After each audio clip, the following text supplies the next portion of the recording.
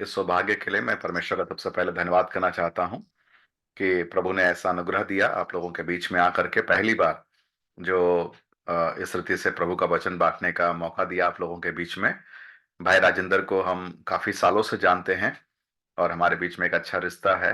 कई प्रकार के प्रोग्राम्स में मिलना जुलना और एक दूसरे के साथ में प्रभु के जो संगति हमेशा हमारी बनी रही है। हम परमेश्वर का धन्यवाद करते हैं और बड़ी खुशी की बात है कि भाई ने मुझे इस बात का जानकारी दिया कि आज शाम को ऐसा एक मीटिंग है और मुझे उसमें कुछ बातों को बताना है। मैं प्रार्थना पूर्वक आपके बीच में कुछ प्रभु के वचन को बांटना चाहता हूं।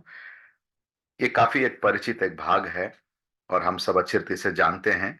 और प्रभु के सम्मुख में जब हम बैठे तो इसी मनसा से बैठे कि प्रभु हमारे हृदय से बातें करे।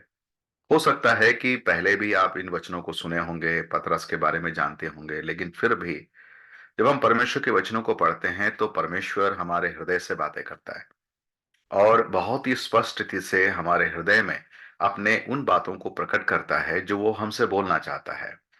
परमेश्वर हमसे बातें करना चाहता है।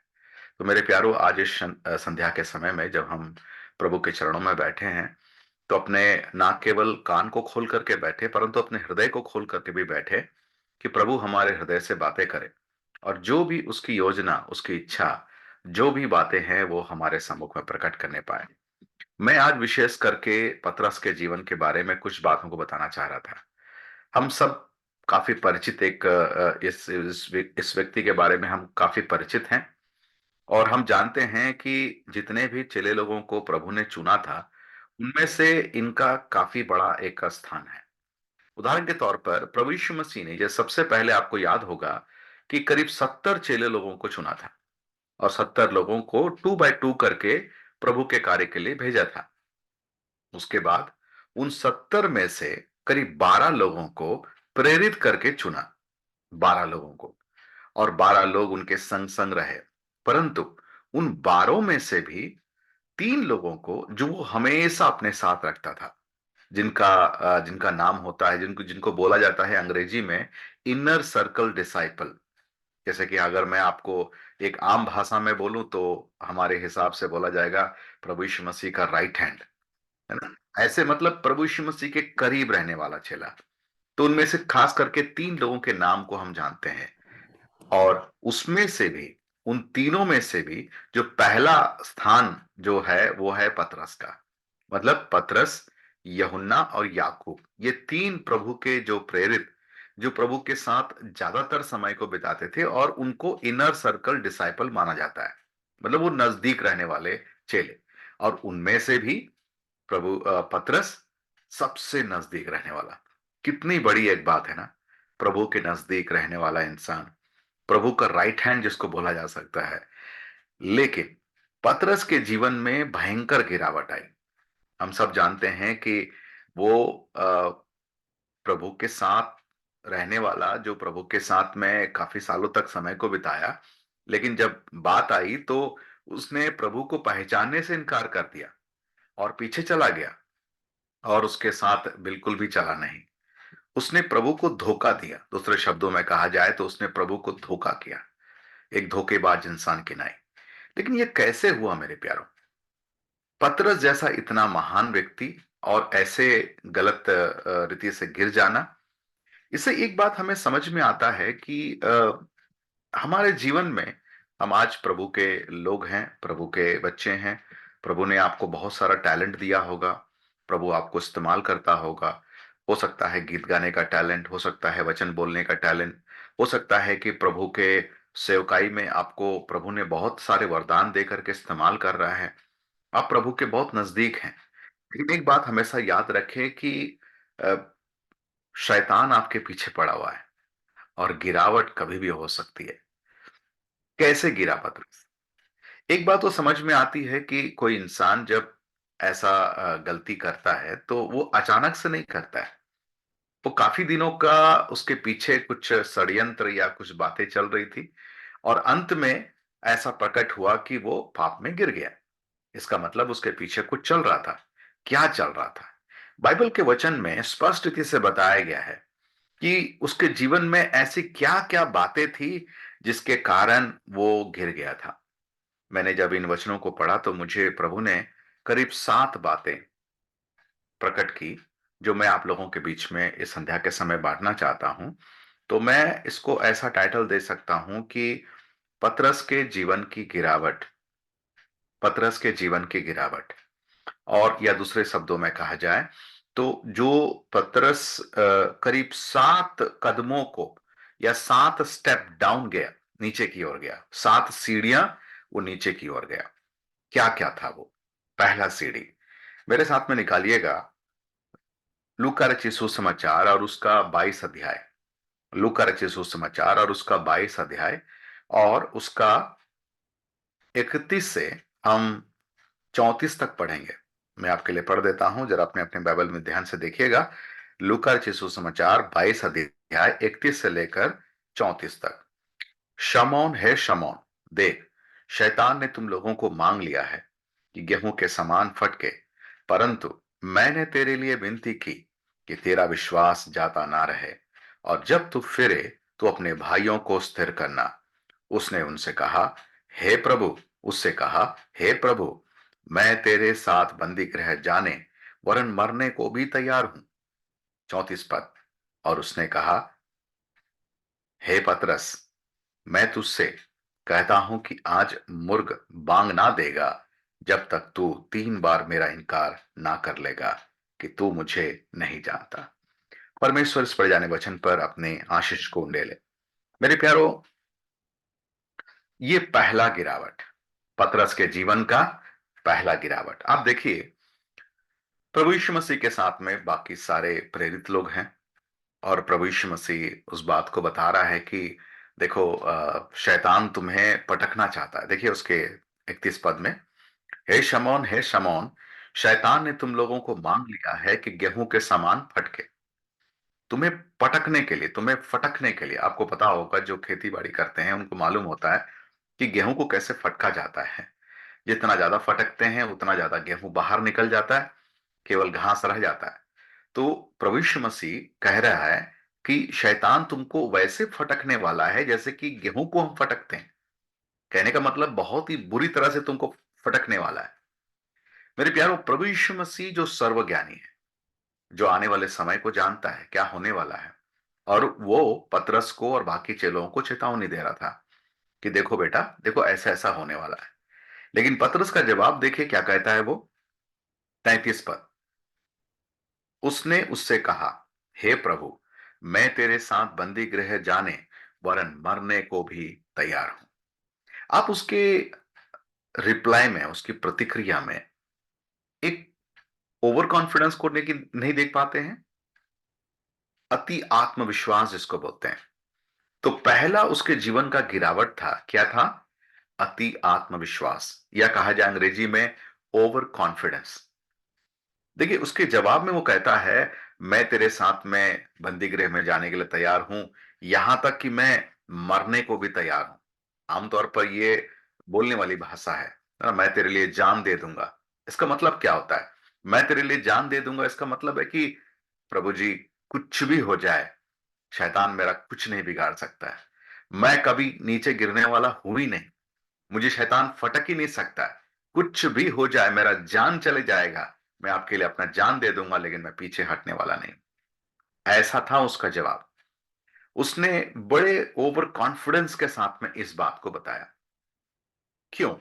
क्यों उसने इस बात को बताया होगा ओवर कॉन्फिडेंस के समान?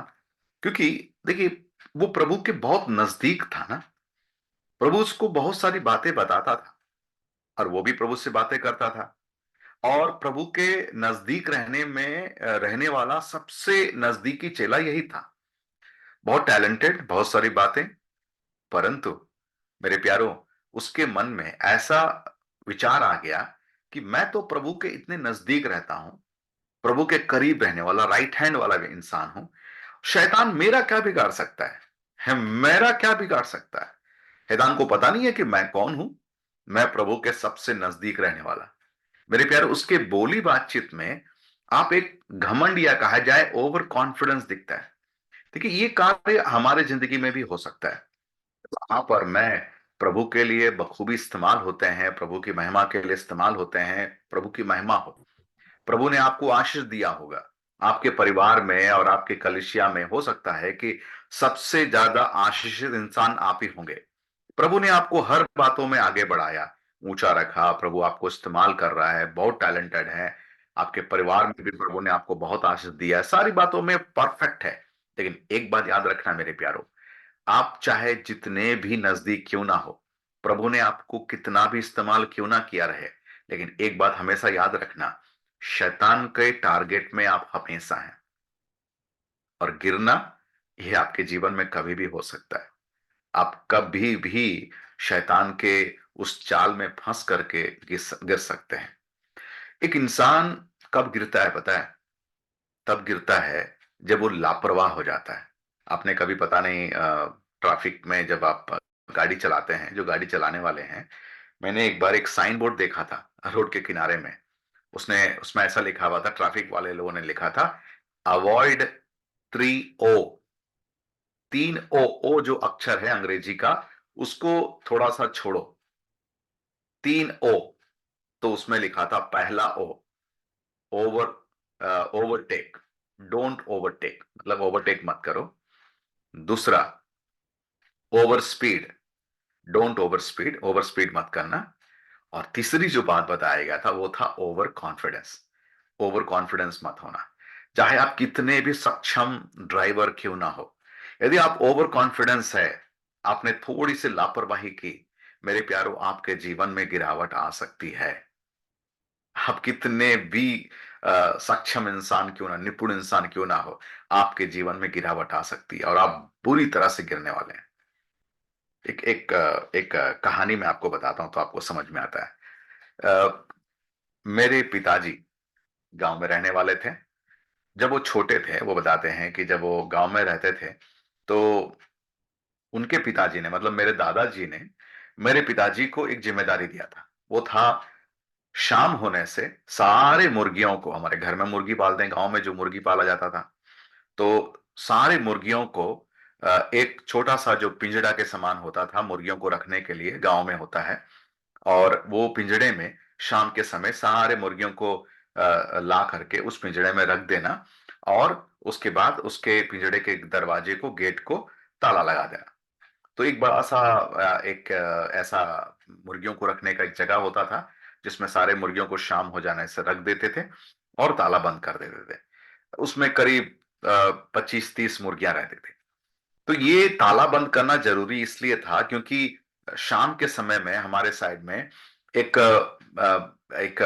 बिल्ली का ही एक जाति का होता है, इसको बोलते हैं, हमारे साइड बोलते हैं बनबिलार। एक प्रकार का वो मुर्गियों को दबोचता है, उसका उसका अटैक ज्यादा करके मुर्गियों के ऊपर में रहता है। तो वो ज्यादा घूमता है शाम के समय, और मुर्गियों को जहां पाता है उसको वो उड़ा देता है। तो मेरे पिताजी की जिम्मेदारी थी कि हर दिन शाम को वो ताला बंद करे। तो मेरे पिताजी बड़े ईमानदारी के साथ में, छोटा सा था मेरा पिताजी का उम्र, करीब 12-13 साल का होगा शायद। तो बताते हैं कि बड़ी ईमानदारी के साथ में वो काम को करते थे। शाम हो जाए तो वो सारे मुर्गियों को समेट करके बंद कर देते और उसमें ताला बंद कर देते। ऐसा चलता रहा। एक दिन की बात है, वो अचानक से अंदर तो रख दिए सारे मुर्गियों को, दरवाजा भी बंद कर दिए, लेकिन उन्होंने ताला बंद करना, ताला मारना बंद भूल गया। बिना ताला मारे वो बस गेट को बंद करके ऐसे अटका करके चले गए। रात को उनको याद आया, अरे मैंने तो ताला नहीं मारा था। फिर उनको लगा कि अरे एक दिन नहीं मारने से क्या होता है, कोई बात नहीं, चलेगा, कोई दिक्कत नहीं है। दूसरे दिन जब वो उठा, मेरे पिताजी जब उठे, भागते हुए पहले वो वहां पर पहुंचे और देखे, उनके होश ठिकाने रह गए, क्योंकि पिंजरा खुला हुआ था और सारे मुर्गियां फरार थी। कुछ मुर्गियां वहां पे जख्मी पड़ी थी, कुछ मुर्गियां गायब थी, कुछ मुर्गियां इधर उधर तितर बितर हो गई थी। पूरी तरह से बनबिलार का भयंकर अटैक हुआ था रात को, और बहुत सारे मुर्गियों को जख्मी करके कई मुर्गियों को दबोच के ले गया। मेरे पिताजी को काफी डांट पड़ी मेरे दादाजी के द्वारा कि ऐसा क्यों किया। मेरे पिताजी काफी रो रहे थे, मार भी पड़ा उनको।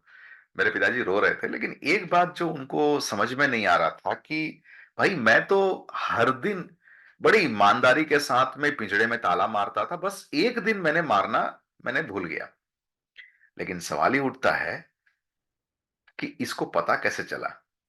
बनबिलार को पता कैसे चला कि मैंने पिंजड़े में ताला नहीं मारा है? अब उसके दिमाग में वो सवाल उठने लगा। तो अपने पिताजी के पास गया, मतलब मेरे दादाजी के पास गया और उनको बोला कि दादाजी ऐसी ऐसी बात है, मेरे दिमाग में एक बात आ रही है कि मैंने नहीं मारा, एक दिन नहीं मारा, एक बस एक ही गलती मैंने की, और कल ही रात को उसको पता कैसे चला बनबिलार को कि मैंने ताला नहीं मारा था? तो मेरे दादाजी एक टीचर थे, उन्होंने उसके पीठ के ऊपर में हाथ थपथपाया और बोला, बेटा इसका मतलब यह है, बनबिलार हर दिन आता था, हर दिन आता और उस पिंजड़े को देखता और निराश होकर के चला जाता क्योंकि उस पर ताला लगा हुआ था। बस वो इंतजार कर रहा था कि एक ना एक दिन तो ये इंसान गलती करेगा, और जिस दिन वो ताला मारना भूल जाएगा, ताला लगाना भूल जाएगा, बस उसी दिन अच्छी तरह से पार्टी हो जाएगी। मेरे प्यारो, कई बार हम अपने जिंदगी में ऐसा कर सकते हैं। आप बहुत ही अच्छे आत्मिक व्यक्ति हो, आप बड़े अच्छे इंसान हो, प्रभु ने आपको बहुत टैलेंट दिया है, आप बखूबी इस्तेमाल हो रहे हैं, परंतु कभी जिंदगी में यह मत सोचना कि आप गिर नहीं सकते हैं। आप भयंकर गिर सकते हैं। एक छोटी सी लापरवाही, हो सकता है कोई मित्रता, कोई नया ऐसे व्यक्ति के साथ में दोस्ती, हो सकता है कि कोई छोटा सा पाप, हो सकता है ऐसे लोगों के साथ में उठना बैठना जो सही नहीं है। कभी अपने जिंदगी में ओवर कॉन्फिडेंस मत होना कि भाई मेरा तो कुछ नहीं होने वाला, मैं तो कभी गिरने नहीं हूं, मैं तो प्रभु के वचन को जानता हूं, मैं तो आत्मिक हूं, मैं तो ये हूं, मैं तो फलाना हूं, मैं तो फलाना डिकाना हूं। ना ना ना ना, कुछ नहीं चलने वाला है, भयंकर गिरने वाला है। ये पतरस एक बहुत बड़ा उदाहरण है। देखिए, एक और बात जो सामने आती है, ये तो पहला कारण है, उसके जीवन में एक ओवर कॉन्फिडेंस आ गया था कि मैं तो प्रभु के बहुत ही निकट रहने वाला चेला, मेरे जीवन में कैसे गिरावट आ सकती है? ये उसके जीवन का एक ओवर कॉन्फिडेंस। जब एक इंसान की जिंदगी में ओवर कॉन्फिडेंस आता है ना, तो एक चीज और हो जाती है उसके जीवन में, पता है? वही बात हम पतरस की जिंदगी में भी देखते हैं, जो उसके जीवन के दूसरे गिरावट का कारण था। पहला कारण ओवर कॉन्फिडेंस, ओवर कॉन्फिडेंस के कारण उसके जिंदगी में जो दूसरी बात आई थी गिरावट की, वो क्या है? देखिए, आप उसके 22 अध्याय, लूका का 22 अध्याय का ही आप 40 पद को जरा देखिएगा, मैं आपके लिए पढ़ देता हूं। 22 अध्याय उसका 40 पद। उस जगह पहुंचकर उसने उनसे कहा, प्रार्थना करो कि तुम परीक्षा में ना पड़ो। हम सबको पता है मेरे प्यारों, परीक्षा में पढ़ने से बचने के लिए और हमारे जीवन की ताकत के लिए प्रार्थना एक बहुत बड़ी बात है, हम सबके जिंदगी के लिए। तो यही बात प्रभु ने सभी लोगों को कहा, लेकिन क्या हो गया? देखिए, उसके 45 पद को जरा ध्यान दीजिएगा, वहां पर क्या लिखा गया है? तब वह प्रार्थना से उठा, कौन? प्रभु यीशु मसीह, और अपने चेलों के पास आकर उन्हें उदासी के मारे क्या पाया? सोता हुआ पाया। सोता हुआ पाया। प्रभु ने उसको क्या बोला था? प्रार्थना करो। और वो क्या हो गया है? सो रहा है। क्या उसमें पतरस भी शामिल है? बिल्कुल शामिल है, पतरस भी शामिल है। सभी के सभी सो रहे हैं, उसमें पतरस भी शामिल है। इसका मतलब क्या आता है?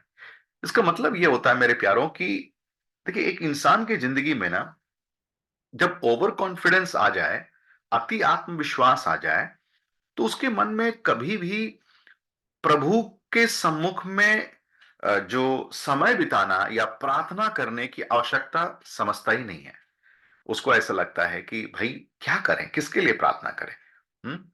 मैं तो इतना बड़ा विश्वासी हूं, मैं तो फलाना हूं, मैं तो सीनियर हूं, मैं तो कलीसिया का इतना बड़ा जिम्मेदारी को उठाया हूं, या मैं टैलेंटेड हूं, प्रभु मुझे बहुत आशीष दिया है, मैं तो इतने सालों से प्रभु को जानता हूं, मैं इतना वचन जानता हूं। अगर एक आध बार मैं प्रार्थना ना भी करूं तो क्या हो जाएगा? मेरा प्रेयर लाइफ अगर इधर उधर रहा, एक आध बार प्रार्थना नहीं किया तो क्या हो जाएगा? सबसे ज्यादा एक विश्वासी के जीवन में कमजोरी की वजह प्रार्थना की कमी, प्रेयर लाइफ, ये हमारे जीवन का एक बहुत ही अहम हिस्सा है। इसे एक प्रकार से एक लाइफलाइन के जैसे जोड़ा गया है, एक मसीह के जिंदगी के साथ। देखिए, आपको मैं जब बोलता हूं प्रार्थना, इसका मतलब क्या है मेरे प्यारों? आप ऐसे नॉर्मली समझिए, जब आप अपने परिवार के साथ प्रभु के साथ सम्मुख में शाम हो जाने से बैठ करके दुआ करने के लिए बैठते हैं, तो आप वाकई में प्रभु के पास क्या बोल रहे हैं पता है? आप ये बोल रहे हैं, हे प्रभु, हमारा परिवार, हमें आपकी जरूरत है, we need you O God. हमें आपकी जरूरत है। आपके बिना हमारा जीवन कुछ भी नहीं है। भले आप मुंह से ना भी बोले, आप केवल घुटना टेकते हैं और प्रभु के साथ में समय को बिताते हैं प्रार्थना में। इसी से प्रभु क्या समझता है कि आप प्रभु को ये एक्सप्रेशन कर रहे हैं, इस बात को प्रकट कर रहे हैं कि आपको परमेश्वर की जरूरत है। आप सुबह उठते हैं, अपने काम में जाते हैं, अपने काम में जाने से पहले 2 मिनट के लिए आप कम से कम प्रभु के पास में बड़ी नम्रता के साथ खड़े होकर के प्रभु के पास दुआ करते हैं, मदद मांगते हैं और उसके बाद अपने काम में जाते हैं। आप क्या कर रहे हैं? आप प्रभु को यह बता रहे हैं, प्रभु मुझे आपकी जरूरत है। मैं नौकरी करने के लिए जा रहा हूं, मैं बिजनेस करने के लिए जा रहा हूं, लेकिन आपके बिना अगर मैं ये काम करूंगा तो भी मैं असफल हो जाऊंगा। मैं सफलतापूर्वक नहीं कर पाऊंगा। मुझे आपके अनुग्रह की जरूरत है। एक माँ अगर अपने बच्चे के लिए प्रार्थना करती है, तो वो क्या कर रही है? वो ये प्रकट कर रही है प्रभु के पास में कि हे प्रभु, आपने ये बच्चा दिया है, इस बच्चे को पालन पोषण करना मैं कर तो रही हूं, लेकिन इसके जिंदगी में जो बातें की जरूरत है, अगर तुझे इसको आगे बढ़ाना है, वो तो तेरी ओर से आता है। सारी योजनाएं तेरी ओर से ही पूरा हो सकता है। हमारा पैसा, हमारा ताकत, हमारा रुतबा, सब कुछ धरा का धरा पड़ जाएगा यदि तू हमारी सहायता नहीं करेगा, अगर तू हमारे बच्चे को आशीष नहीं देगा तो एक माँ जब बच्चे के लिए प्रार्थना कर रही है तो वही बता रही है मेरे प्यारों, प्रार्थना का ये बहुत बड़ा जरूरत हर एक विश्वासी को समझ में आना जरूरी है। मेरे प्यारों, मान लीजिए आप प्रार्थना नहीं कर रहे हैं, रात हो गया, टीवी लगा करके बैठे हुए हैं, देर रात तक टीवी चल रही है, उसके बाद आपने देखा अरे बहुत लेट हो गया भाई, 9 बज गया, चलो खाना लगाओ, खाना खाया गया, बस थोड़ा सा कुछ नाम के लिए केवल प्रार्थना कर दिया और सो गए। आपने प्रभु को क्या बताया उसके द्वारा? आपने ये बताया प्रभु को, प्रभु हमें आपकी जरूरत नहीं है, वी डोंट नीड यू। हमारा परिवार है, हमारे पास पैसे, हमारे पास ताकत है, हमारा सब कुछ ठीक ठाक चल रहा है, हमारे पास कोई प्रकार की प्रॉब्लम नहीं है, हम ऐसे ही चलेंगे, हमारी जिंदगी ऐसे ही कटेगी। मेरे प्यारों, याद रखना, जब एक व्यक्ति प्रभु के पास प्रार्थना नहीं कर रहा है, वो अपने आप को कमजोर कर रहा है, वो अपने आप को प्रभु के अनुग्रह में कमजोर कर रहा है। प्रभु तो हमें अनुग्रह देना चाहता है, प्रभु हमें संभालना चाहता है, वो चाहता है कि हम उसके हाथों को थाम करके आगे बढ़े। प्रार्थना के साथ मेरे प्यारों हम उसके संगति को, उसके हाथों को थाम करके बढ़ने वाली बात हो जाती है। लेकिन पतरस कैसा बन गया? पतरस को लगने लगा, अरे भाई प्रभु ने तो बोला है, लेकिन क्या है, ऐसा कोई जरूरी थोड़ी ना है प्रार्थना करना, चलो भाई नींद आ रही है सो जाते हैं, और वो सो गया। मेरे प्यारों, जब एक इंसान, एक विश्वासी खास करके जब प्रार्थना नहीं करता है, तो पता है उसके जीवन में उसका असर क्या होता है? वही बात हम पतरस के जिंदगी में देखे। देखिए, एक से एक के बाद एक कड़ी जुड़ी हुई है, पूरे जैसे एक जंजीर जुड़ा हुआ रहता है ना, बिल्कुल ये ऐसा ही जुड़ी हुई है। सबसे पहला, अति आत्मविश्वास, ओवर कॉन्फिडेंस। ओवर कॉन्फिडेंस के कारण वो प्रार्थना करना छोड़ दिया, अब सो रहा है। अब प्रार्थना करना छोड़ दिया, सो रहा है, तो उसका असर उसके आत्मिक जीवन में क्या पड़ा पता है? देखिए, उसके तीसरा गिरावट का कारण, उसका 50 पद को देखिएगा, उसमें क्या लिखा है? उसमें लिखा हुआ है, उस और उनमें से एक ने महायाजक के दास पर तलवार चलाकर उसका दाहिना कान उड़ा दिया। लिखा है ना? ये किसका काम है? कोई गुंडा था? कोई बदमाश था? ये पतरस के बारे में बताया गया। पतरस ने उस सैनिक के ऊपर में तलवार चला करके उसका दाहिना कान को उड़ा दिया। अब जब पहली बार, जब मैं बहुत पहले एक बार मैं जब स्टडी कर रहा था, मैं जब पहली बार मैंने पढ़ा, मेरे मेरे मुझे समझ में नहीं आ रहा था कि ये कैसा काम पतरस ने किया भाई। ये तो शरीफों का काम नहीं है भाई। आप जरा, आप कल्पना करके सोचिए, क्या आप तलवार लेकर के सड़क पे जाकर के किसी के ऊपर में मारने के बारे में कभी सोच सकते हैं? आपने भी देखा होगा कुछ लोग जो सड़क के ऊपर में बदमाशी करते हैं, गाली गलौज करते हैं, मारपीट करते हैं। ये किनका काम है? क्या अच्छे लोगों का काम होता है? कभी नहीं। ये तलवार लेकर के सारे आम किसी के ऊपर में वार कर दिया, ये कौन कर सकता है मेरे प्यारों? एक गुंडा टाइप का इंसान ही कर सकता है ना। तो आप देख सकते हैं कि जब पतरस अति आत्मविश्वास हो गया तो उसने प्रार्थना को ज्यादा महत्व नहीं दिया, उसने प्रार्थना करना उतना उचित नहीं समझा, सोते रहा। जब सोते रहा, प्रार्थना से दूर हो गया, तो उसके आत्मिक जीवन पर कैसे असर पड़ा कि अब वो एक आत्मिक इंसान अब नहीं रहा मेरे प्यारों। अब वो कैसे बन गया है? एक शारीरिक इंसान। He become a carnal, he become carnal. Number one, over confidence. Number two, prayerlessness, प्रार्थना की कमी। नंबर तीन, कार्नालिटी, शारीरिकता। उसके जीवन में शारीरिकता घुस गई। आप सोचिए मेरे प्यारों कि कैसे प्रभु यीशु मसीह के साथ रहने वाला इंसान किसी के ऊपर में तलवार चला दे। क्या प्रभु खुश होंगे? क्या प्रभु को अच्छा लगेगा? क्या प्रभु ने उनको यही सिखाया? बिल्कुल ऑपोजिट। जो प्रभु ने सिखाया उसके बिल्कुल ऑपोजिट। शरीर कार्य कर रहा है, यहां पर आत्मा की अगुवाई नहीं है, बिल्कुल शरीर काम कर रहा है। आपने भी देखा होगा कई बार कई विश्वासी लोगों के जिंदगी में ऐसे परिस्थितियां आती हैं तो वो अपने असली रूप को दिखा देते हैं। मुझे अभी भी याद है, मैं काफी छोटा था उस समय में, एक ऐसे ही कलिसिया में, एक कलिसिया में, जिस कलिसिया में मैं था, उस कलिसिया में किसी बात को लेकर के थोड़ा अनबन हो गई। मैंने देखा कि कलिसिया का जो जिम्मेदार लोग हैं, जो प्रभु के वचन को लेकर के खड़े होकर के बोलते हैं, मैंने उनको देखा उस दिन, वो अपने कमीज को मोड़ रहे हैं और आगे आकर के बोल रहे हैं, तू मुझे पहचानता नहीं है, तू मुझे जानता नहीं है, मैं तेरा ये कर दूंगा, मैं तेरा वो कर दूंगा। मैं तो छोटा सा था, मैं उनकी उनकी उनके उनके उन प्रतिक्रिया को, उस रवैये को देख करके मैं खूब रोने लगा। और मेरी बहन भी थी, वो हम दोनों रो रहे थे, केवल इसलिए क्योंकि हमने कभी उनके इस चेहरे को देखा नहीं था। एक इंसान के जीवन में गिरावट धीरे धीरे आती है मेरे प्यारों। पतरस के जीवन में पहला गिरावट क्या था? अति आत्मविश्वास, मतलब मेरे से बढ़कर के कोई है ही नहीं। मैं तो बहुत ही क्या कहता हूं, प्रभु के नजदीक रहने वाला इंसान। प्रभु ने मुझे बहुत इस्तेमाल किया, प्रभु ने मुझे बहुत ये किया, मैं तो सबसे सीनियर हूं, मैं तो वो हूं, मैं तो ये हूं। उसके कारण उसने प्रार्थना करना उचित नहीं समझा और समय उसने बिताया सोने में। जब वो प्रार्थना से दूर हो गया तो उसके उसके जीवन में आत्मा का नियंत्रण खत्म हो गया।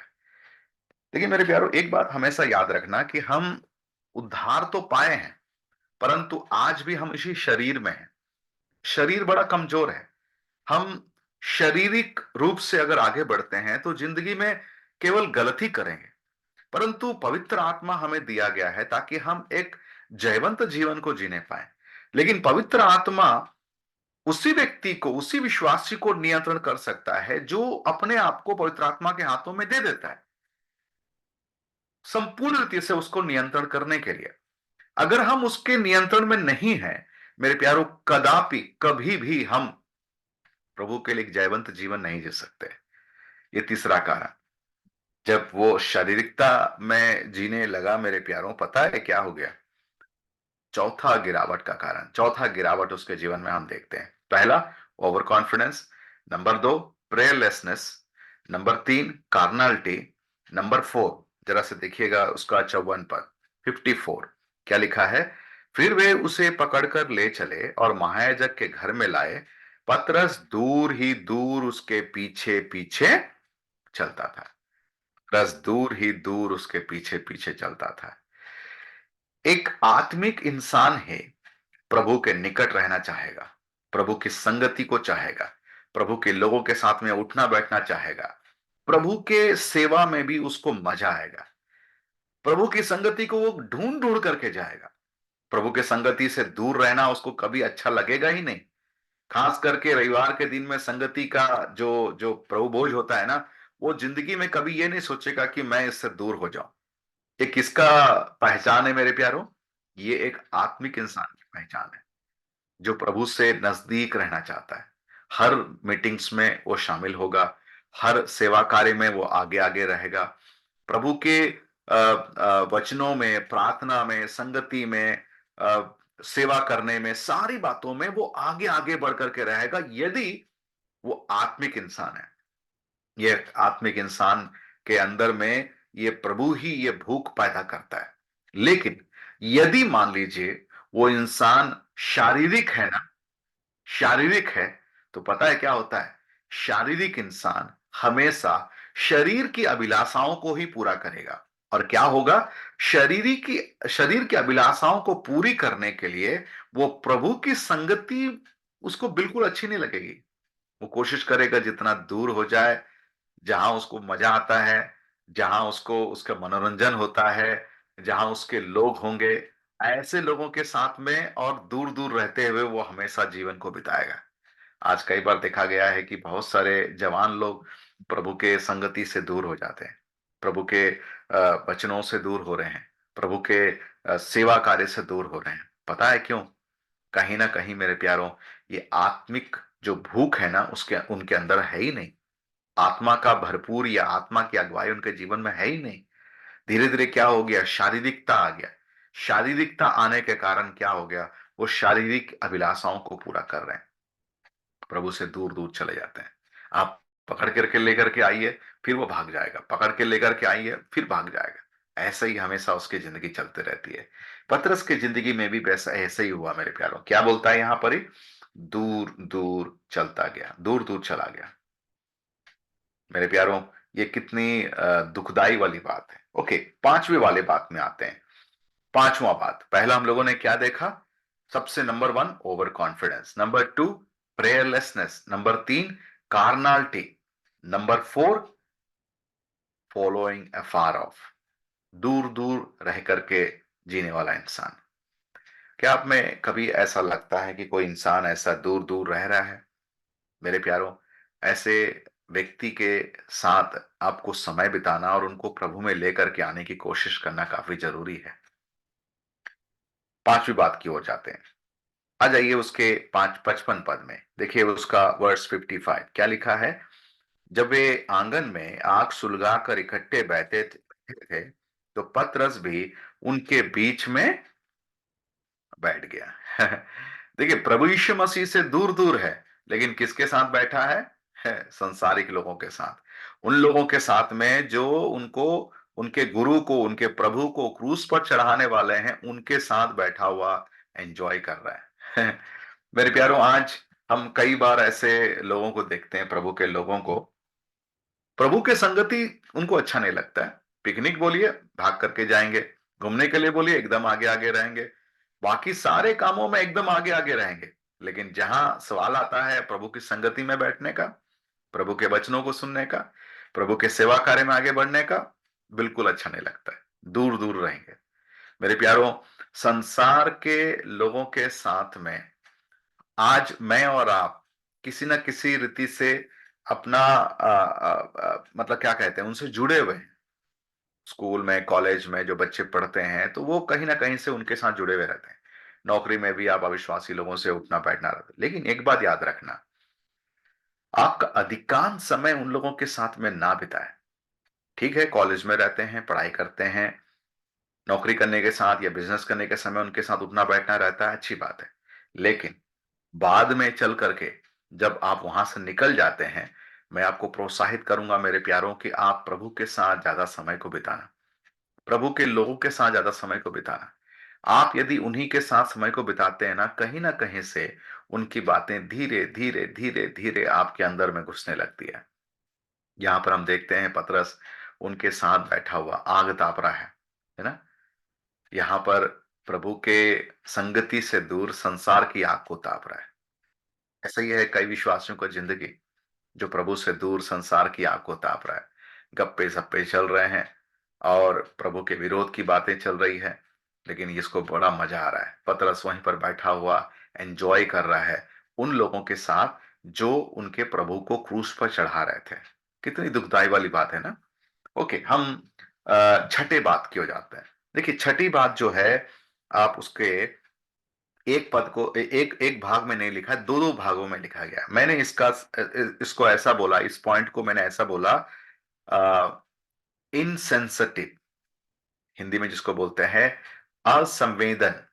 असंवेदन का मतलब होता है आपको उसका असर नहीं होता। एक कोढ़ की बीमारी होती है, जो चर्म की बीमारी, जो चमड़े में होती है, कोढ़ की बीमारी। ऐसे इंसान को यदि आप चमड़ा में उसके उसके उसके शरीर के किसी भी अंग को यदि आप किसी नुकीली चीज से चुभाए या आपने उसको जोर से चींटी काटा, उसको बिल्कुल असर नहीं होता है। बेअसर जिसको कहते हैं, बेअसर। पतरस की जिंदगी ना बेअसर हो गई थी। कैसे समझते हैं कि बेअसर हो गई थी? देखिए, आपने याद होगा कि लूका उसका 22 अध्याय उसके 31 पद में हम लोगों ने पढ़ा था।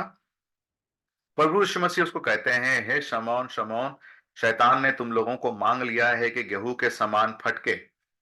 पतरस का क्या प्रतिक्रिया था? कुछ नहीं होगा प्रभु, आप तो यूं ही बेकार का फिक्र करते हैं। मैं तो आपके लिए जान देने के लिए तैयार हूं, कुछ नहीं होने वाला। पहली बार प्रभु ने उसको मना किया, प्रभु ने उसको चिताया, लेकिन पतरस का जवाब क्या था? कुछ नहीं होगा, मैं तो आपके लिए जान देने के लिए तैयार हूं, आप टेंशन मत लो। दूसरी बार 40 पद में जब हम पढ़ते हैं, यीशु मसीह ने उस जगह पहुंचकर उसने उनसे कहा, प्रार्थना करो कि तुम परीक्षा में ना पड़ो। और पतरस का प्रतिक्रिया क्या था? कुछ नहीं होगा प्रभु, आप टेंशन मत लो, आप जाओ, आपको जो करना है करो, मुझे नींद आ रही है, मुझे सोने दो। इसको बोलते हैं बेअसर। मतलब कोई इंसान किसी को बता रहा है और उसको बिल्कुल भी उसका कोई असर ही नहीं है, मतलब कोई टेंशन ही नहीं है। प्रभु मुझे बताया, प्रभु ने मुझे चेताया, इस बात को वो गंभीरता से लेना चाहिए था ना। कौन बता रहा भाई? कोई एरो गैरो इंसान तो नहीं बोल रहा है। वो जो स्वर्ग से उतर करके आया मसीहा, जो अनंत काल से अनंत काल को जानता है, वो बता रहा है कि आने वाले समय में ऐसा होने वाला है, और ये बिल्कुल भी बेअसर हो गया है। इसका मतलब क्या समझ में आता है मेरे प्यारो? इससे एक समझ में आता है कि कई बार हम जो प्रभु के लोग हैं ना, हमारे जिंदगी में भी प्रभु के वचनों को सुनते तो हैं, लेकिन कई बार ऐसा हो गया, बेअसर हो गया। हमारा जीवन बेअसर हो गया, मतलब असंवेदन हो गया, सेंसलेस हो गया। बिल्कुल कोई उसका असर ही नहीं होता है। वचन आ रहा है, हृदय को लग रहा है, हम समझ रहे हैं, लेकिन कोई रिस्पॉन्ड नहीं है। जीवन में कोई परिवर्तन नहीं, जैसे का तैसा, वैसे का वैसे ही जिंदगी जी रहे हैं मेरे प्यारो। कई बार ऐसे जिंदगी जीने वाले लोग, कई ज्यादातर हमारे कलीसियाओं में हम देखते हैं मेरे प्यारो। प्रभु हमें क्षमा करे अगर ऐसा है तो, सचमुच में। क्योंकि यह हमारे लिए एक बहुत बड़ी चेतावनी है परमेश्वर की ओर से, क्योंकि परमेश्वर अपने वचनों के द्वारा बातें करता है। आपको याद होगा, कई बार परमेश्वर ने आपसे भी बातें किया है। कितनी सारी बातें परमेश्वर ने आपको बताया है। जब आप प्रभु के वचनों को सुनते हैं, परमेश्वर ने आपके हृदय से बातें किया, और जो जिंदगी आपकी है उस बात को प्रभु ने खोल करके बता दिया। आपने सुना तो सही, लेकिन कई बार उसके अनुसार आपने एक कदम को नहीं उठाया। आप बिल्कुल भी अब बिंदास होकर के छोड़ो भाई, कोई बदलाहट नहीं, कोई चेंज नहीं। मैं हमेशा याद करता हूं उस जक्कई के बारे में। आपको याद होगा, जक्कई एक बुरा इंसान था, चुंगी लेने वाला इंसान था। बहुत ही बुरा इंसान था, जिसको लोग कोई इज्जत नहीं करते थे, चुंगी लेता था। लेकिन एक दिन की बात है जब उसके घर प्रभु यीशु मसीह आया, और पहली बार उसने प्रभु यीशु मसीह से कुछ बातों को सुना, और उसी दिन उसने निर्णय लिया कि हे प्रभु, मैंने जो कुछ बुरा किया है, मैं उस सबको ठीक करना चाहता हूं। मैंने जिससे अन्याय किया है उसको 4 गुना लौटा दूंगा। जिन गरीबों का मैंने छीना है उनको मैं अपनी आधी संपत्ति दे दूंगा। That is a change God is expecting from us. वही बदलाव परमेश्वर हमारी जिंदगी से चाहता है। मेरे प्यारो, ऐसा नहीं है कि हम सब परफेक्ट हैं। हमारी जिंदगी में कमी घटी है, चाहे हम प्रभु को कितने करीब से जानते हो, वचन को जानते हो, बड़े क्या कहते हैं, बड़े पोस्ट पर हो, कलीसिया के जिम्मेदारियों को लेने वाले हो, प्रभु के द्वारा बहुत ही टैलेंटेड हो। सारी बातों में हम 100% एकदम, बहुत सारी चीजों में आगे रह सकते हैं। उसके बावजूद भी हमारे जीवन में भयंकर गिरावट हो सकती है, हम गिरे हुए रह सकते हैं। अगर ऐसी बात है, तो जब प्रभु हमसे बातें करता है ना मेरे प्यारों, तो हमारा फर्ज क्या बनता है? प्रभु के पास बोलना, हे प्रभु, तू जानता है और तूने मुझे बोला है, और मैं तेरे वचन के अनुसार अपने जीवन को तेरे सम्मुख में मान लेता हूं। क्षमा कर प्रभु जी, मुझे अनुग्रह दे प्रभु जी। मैं इस परिस्थिति से उभरना चाहता हूं, मुझे माफ कर, मुझे मुझे मौका दे। हमारा परमेश्वर हमेशा दोहरा मौका देने वाला परमेश्वर है मेरे प्यार। परमेश्वर दोहरा मौका देने वाला परमेश्वर है। लेकिन कई बार हम केवल उन बातों को अपने मन तक ही रख लेते हैं, कोई बदलाहट नहीं करते हैं। परमेश्वर इस वचनों के द्वारा भी हमसे यही बातें करना चाहता है। छठी जो बात है वो है इनसेंसिटिव, असंवेदन, बेअसर। नंबर वन हम लोगों ने क्या देखा था? Over confidence. नंबर टू क्या देखा? प्रेयरलेसनेस, प्रार्थना की कमी। नंबर तीन, शारीरिकता, कार्नालिटी। नंबर चार, दूर दूर जाने वाला इंसान। और पांचवी बात, संसार के संसार की संगति। नंबर छह, बेअसर, इंसेंसिटिव। और छठी बात जो है मैं आपको बताना चाहता हूं, छठी बात बताने के सॉरी सातवीं बात। लेकिन सातवीं बात बताने से पहले मैं आपका एक ध्यान एक वचन की ओर लेकर के आना चाहता हूं। आपको निकालने की जरूरत नहीं है, कल सुन लीजिएगा। भजन संहिता 50 और उसका 21 और 22, उसमें ऐसा लिखा गया है, ये काम तूने किया और मैं चुप रहा, इसलिए तूने समझ लिया कि परमेश्वर बिल्कुल मेरे समान है। परंतु मैं तुझे समझाऊंगा और तेरी आंखों के सामने सब कुछ अलग अलग दिखाऊंगा। हे परमेश्वर के भूलने वालों, यह बात भली भांति समझ लो, कहीं ऐसा ना हो कि मैं तुम्हें फाड़ डालूं और छुड़ाने वाला ना हो। यहां पर परमेश्वर एक ऐसे अपने लोगों को चेतावनी दे रहा है, कहता है कि देखो तुम बार बार वही गलती कर रहे हो और तुमको लगता है कि मैं कुछ नहीं बोल रहा हूं तो मैंने मान लिया, मैंने तुम्हें बोल दिया कि चलो भाई करते रहो, मैंने भी तुम्हें परमिशन दे दिया। नहीं नहीं नहीं नहीं, परमेश्वर कभी भी गलत करने के लिए परमिशन नहीं देगा मेरे प्यारों। केवल परमेश्वर चुपचाप आपके जीवन के परिवर्तन की उम्मीद कर रहा है, वो इंतजार कर रहा है कि कब अपने जीवन में आप परिवर्तन लेकर के आओगे, कब अपने जीवन में पश्चाताप करोगे। और नहीं करने पर क्या करेगा परमेश्वर? यहां पर लिखा हुआ है, मैं तुम्हें फाड़ डालूंगा और तुम्हें छुड़ाने वाला कोई नहीं। प्रभु हमारे हमें क्षमा करे मेरे प्यारों। और सातवीं बात बोल करके मैं बस समाप्त करना चाहता हूं, और वो है मेरे प्यारों, उसका 56 से लेकर के 22 अध्याय लूका, और उसका 56 से लेकर के 60 पदों में हम पढ़ते हैं। यहां पर ऐसा लिखा है, तब एक दासी उसे आग के उजाले में बैठे देखकर उसकी ओर ताक कर कहने लगी, यह भी तो उसके साथ था। परंतु उसने ये कहकर इनकार किया, हे नारी, मैं उसे नहीं जानता। थोड़ी देर बाद किसी और ने उसे देखकर कहा, तू भी तो उन्हीं में से है। पतरस ने कहा, हे मनुष्य, मैं नहीं हूं। कोई घंटे भर के बाद एक और मनुष्य दृढ़ता से कहने लगा, निश्चय यह भी तो उसके साथ था, क्योंकि यह गलीली है। पतरस ने कहा, हे मनुष्य, मैं नहीं जानता कि तू क्या कहता है। वह यह कह ही रहा था कि तुरंत मुर्ग ने बांग दी। मेरे प्यारों, यह सातवीं बात, सबसे दुखदाई वाली बात, और वो ये है कि पतरस ने प्रभु को इनकार किया।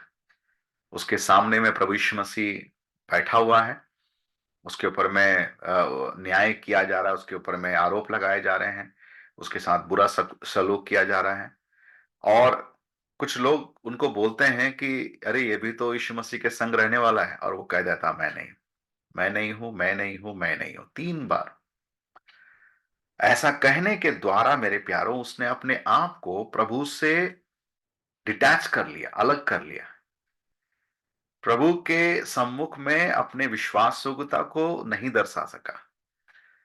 प्रभु के सम्मुख में एक ईमानदार विश्वास योग्य विश्वासी नहीं बन सका। वो बेईमान निकला, एक धोखेबाज के जैसे निकला। मेरे प्यारों, ये एक ऐसी दुर्दशा है जो हम एक अच्छे विश्वासी से कभी उम्मीद नहीं कर सकते। अच्छा विश्वासी वो है जो विश्वास योग्य है, विश्वास योग्यता है। लेकिन पतरस इनकार कर दिया। अगर पतरस मान लेते हैं कि मान भी लेता कि चलो भाई वो है, तो पता नहीं क्या होता। लेकिन एक बात तो सही है मेरे प्यारों, प्रभु नजदीक में ही था। देखिए वहां पे आप उसके 61 पद को अगर आप पढ़िएगा, 61 में उसमें लिखा हुआ है, and the Lord turn and looked at Peter. प्रभु ने पतरस को देखा, इसका मतलब बहुत दूरी पे नहीं था, नजदीक में था। और जो पतरस को सवाल पूछ रहे हैं, शायद पतरस प्रभु यीशु मसीह सुन भी पा रहा था, पतरस भी देख पा रहा है प्रभु वहां पर है। प्रभु को नजदीक रखे हुए भी उसने प्रभु को इनकार कर दिया कि मैं उसके साथ था। बिल्कुल स्पष्ट रीति से। अगर आप प्रभु के जगह रहते तो क्या करते? अगर मान लीजिए पतरस सामने ऐसा कर रहा है, गलत कर रहा है, आप क्या करते हैं? डेफिनेटली उसको डांटते। अगर मैं रहता तो शायद उसको डांटता या कुछ बोलता, अरे धोखेबाज, दगाबाज, तूने मुझे पहचानने से इनकार कर दिया, ऐसा वैसा ये वो। लेकिन प्रभु ने कुछ भी नहीं किया। प्रभु ने क्या किया? यहां पर लिखा हुआ है, केवल पतरस की ओर उसने देखा। पतरस की ओर उसने देखा। उसके देखने मात्र से पतरस को समझ में आ गया उस बात को जो प्रभु ने उसको पहले ही बोला था कि तू मुझे 3 बार इनकार करने वाला है। और वही हुआ, बिल्कुल वही हुआ। मेरे प्यारों, इससे क्या समझ में आता है? इससे यह समझ में आता है कि पतरस के जीवन में एक ऐसी बात जो वो कभी उम्मीद भी नहीं कर रहा था, लेकिन हुआ। जब प्रभु ने उसको देखा ना, उसके देखने मात्र से पता नहीं क्या क्या नजर थी या उसके दृष्टि में ऐसी क्या बात थी। या लेकिन आगे पढ़ेंगे तो आपको मिलेगा कि पतरस फूट फूट करके रोया, पश्चाताप किया, लाइफ में एक निर्णय लिया कि भाई मैं जो किया हूं वो बिल्कुल गलत किया हूं। और वो बाहर जाकर के बच्चे के समान रोया। लाइफ में उसने अपने आप को धिकारा। और जब प्रभु जी उठा ना, मर के जी उठा, तब वो पहला इंसान था जो भागते भागते प्रभु के कब्र के पास पहुंचता है, मतलब महिलाओं के बाद में, प्रभु को देखने के लिए, एक पश्चाताप के हृदय के साथ, हे प्रभु मैंने गलती किया, हे प्रभु मैंने गलती किया। गलती मान करके प्रभु के पास दोबारा पश्चाताप के साथ में, टूटे हुए मन के साथ में आने के कारण पतरस के जीवन को प्रभु ने क्षमा किया और उसके जीवन का इस्तेमाल किया। यहूदा इस्करियोती बिल्कुल उसके विपरीत, उसने गलती किया लेकिन उसने माफी नहीं मांगा बल्कि खुदकुशी करके मर गया। दोनों की जिंदगी में यही बहुत बड़ा अंतर है मेरे प्यारों। पतरस का पाप को प्रभु ने माफ किया, लेकिन मैं आपको इस संध्या के समय में इस पूरे बातों को आपके सम्मुख में लेकर के आते हुए, ये अंतिम जो पद है ना, इसको आप एक बार दोबारा पढ़िएगा। कौन सा? 61 नंबर पद, जहां पर लिखा है, and the Lord turn and looked at Peter. पतरस को प्रभु ने मुड़कर देखा। आज संध्या के समय प्रभु आपकी ओर मुड़कर देख रहा है। आपका जीवन क्या है? आपके जीवन में क्या क्या रहस्य है? क्या क्या कमी है? क्या क्या पाप है? कहां कहां आप गिर गए हैं? प्रभु देख रहा है। क्या देख रहा है पता है? कि बेटा सुधर जा, अपने आप को ठीक कर ले, वरना भयंकर तू गिरने वाला है। तू पाप में गिरेगा, तेरा जीवन बर्बाद होने वाला है। बेटा तू, आज भी मैं तेरी ओर देख रहा हूं, तू अपने आप को ऐसे बना करके मत रख, अपने गलती को मान ले। मेरे प्यारों, आज इस संध्या के समय में जब आप प्रभु के वचनों को सुन रहे हैं, चाहे कैसे भी पाप क्यों ना हो, गिरे से गिरे हुए पाप, पतरस के समान ढीठ बन करके मत चलना, उसको कंटिन्यू मत करना। ये मैं नहीं बोल रहा हूं, परंतु परमेश्वर का वचन कहता है। वो आपकी ओर मुड़ करके देख रहा है कि क्या आप अपने गलती को मान करके, क्षमा मांग करके अपने जीवन को बदलना चाहते हैं कि नहीं बदलना चाहते हैं, या आप ऐसे ही रहना चाहते हैं बेअसर, कोई बदलाव नहीं, कोई परिवर्तन नहीं, बल्कि ऐसे ही रहना। मेरे प्यारों, प्रभु हमें क्षमा करे। प्रभु एक बहुत बड़े चेतावनी देते हुए बड़े खतरे से हमें आगाह कर रहा है। प्रभु के इन वचनों को हम ध्यान पूर्वक समझे, अपने दिल में रखे और आगे बढ़े। पतरस की कहानी हमारे लिए एक बहुत बड़ी चेतावनी है मेरे प्यारों। प्रभु हमारी सहायता करे कि इस चेतावनी को हम प्रभु प्रभु की ओर से मान करके चले और अपने जीवन को ठीक ठाक करके प्रभु में बढ़ने के लिए हम सबकी प्रभु सहायता करे।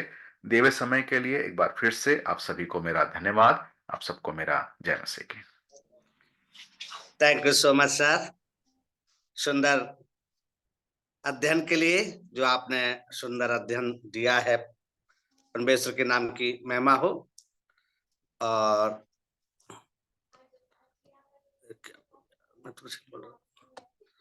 और इतना सुंदर जो आपने वचन दिया है, वो